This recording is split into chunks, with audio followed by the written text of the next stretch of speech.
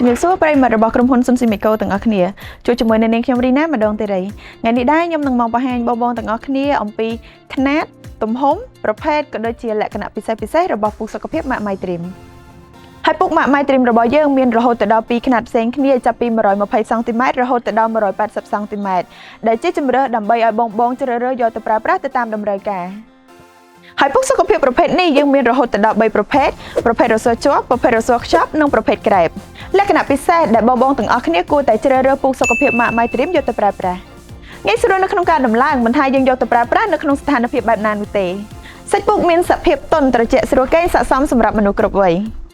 អស់បារម្ភពីការឈឺចង្កេះឬឆ្អឹងខ្នងទោះបីជាគេងយូរក៏មិនធ្វើឲ្យក្តៅខ្នងឬស្អុះស្អាប់ខ្លួនប្រាណដែរមិនបង្កការរំខានដល់អ្នកគេងក្បែរនៅពេលដែលបងប្អូនរើបំរាស់ខ្លួនប្រើប្រាស់បានយូរអង្វែងមិនបាក់ផុងឬស្រុតឡើយទោះបីជាប្រើប្រាស់យូរឆ្នាំក៏ដោយហើយចំណុចពិសេសមួយទៀតនោះក្រពុកសុខភាពម៉ាក់ម៉ៃទ្រីមទាំងអស់មានការធានារហូតដល់5ឆ្នាំ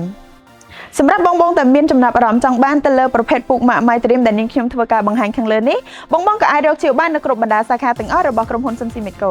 អរគុណសម្រាប់ការតាមដានទស្សនានៅវីដេអូមួយនេះជួបជាមួយនាងខ្ញុំនៅក្នុងវីដេអូផ្សេងទៀត